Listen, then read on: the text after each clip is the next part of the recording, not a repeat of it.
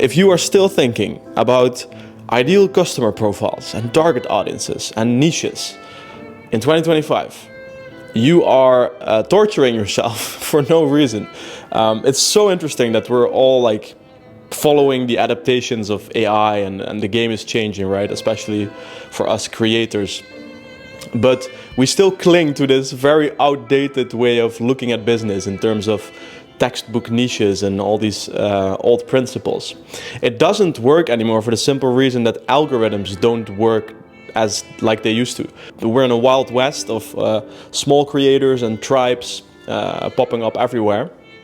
And it has nothing to do with how you externally define your niche. More so, and I can't be the only one here, I hate nothing more than having to think about what my niche is and then sort of cling on to it, even though I'm growing in a different direction and now I got this niche here that's prisoning me. And so even if you're making a lot of money with a niche or target audience you defined, the way in which you're making that money stops you from growing. And this is really interesting. Like, you can see it as two things, right? For us entrepreneurs, human beings, you got the self and you got the worldly, right? These are two paths that we have some work to do, right? We want things in the worldly. These are status games, and it's totally okay. You know, it's to be fine with that, with these desires that you have. It's good to integrate them, right? But not make them your god, right? But then here's the one that we seem to ignore very much in this whole what's my niche and, you know, thinking externally about business. And that's the self. Like, what does the self want, right? The worldly wants status, money, achievement, right? The wants to be able to have 10, 20, 50K subscribers and X amount of money made per month and so on. The self wants meaning. Meaning is creative expression, right? Flow state is actually what gives people meaning. To be in flow state, to creatively express yourself. Of course, social connection, but also purpose. Now, what's purpose? It's basically having a mission that's aligned to you as a person. It's moving somewhere and it constantly changes, right? If you get the objective, the mission, then it will change again and you will find a new purpose, and this will continue evolving. But we completely leave this out.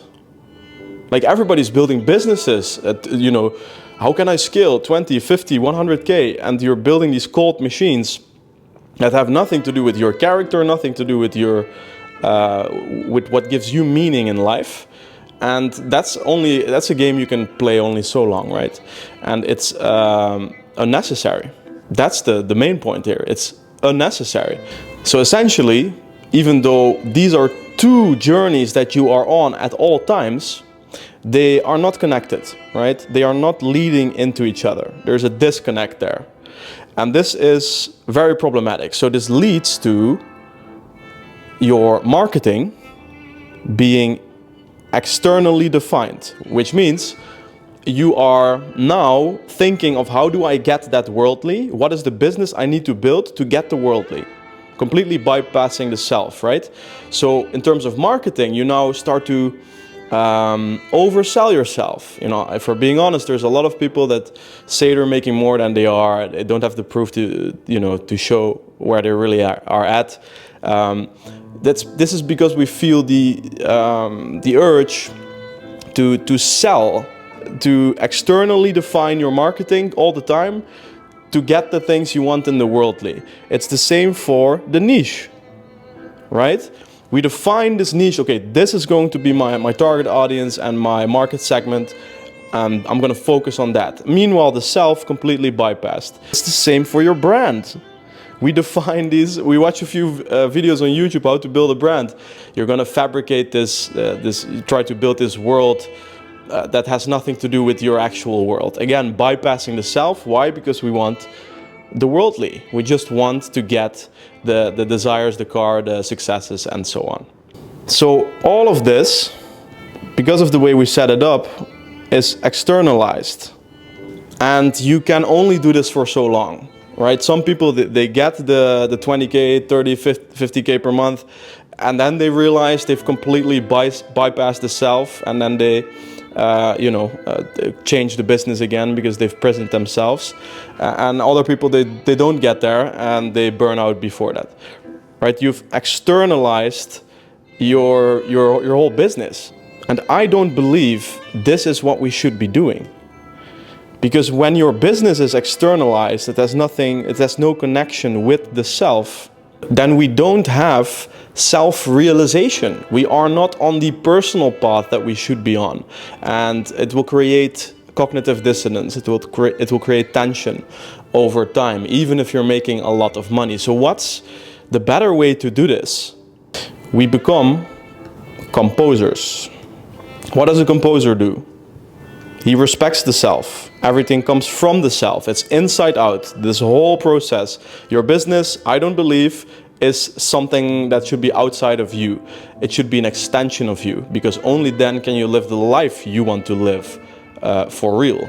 Okay, so you got the self, and then value happens here, and the worldly happens last. So now what we have is a chain.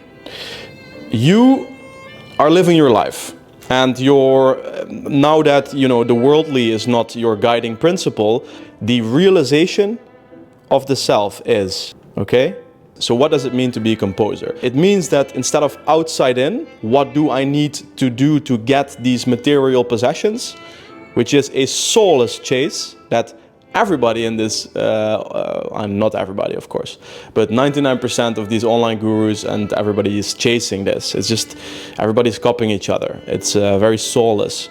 We flip the script and we start inside out. That's with the self. So you train, study, you fucking live, basically. To do what? To realize the self. So the self now actually gets to play. Now, from the fact that you're training and studying and you're curating taste and growing as a person, you get to relay value in the form of intellectual property, right? Ideas, models, systems to help people make money or enhance their lives. You tell stories. Basically, you compose value based on you. It's a process of attraction, completely. Instead of chasing and pulling on the world to get those results, we attract. Because all of this is inside out, it's organic, right? So you compose value, and then as we start delivering value, right, in the form of products, content, story, when we do this properly, it leads us to get everything that we want in the worldly, because we are servicing people that are like us. Okay, so if you want to still answer the question, what is your niche? Although even thinking in niches is not the point anymore. We have to forget the word entirely. Your niche would be people like you wanting similar things.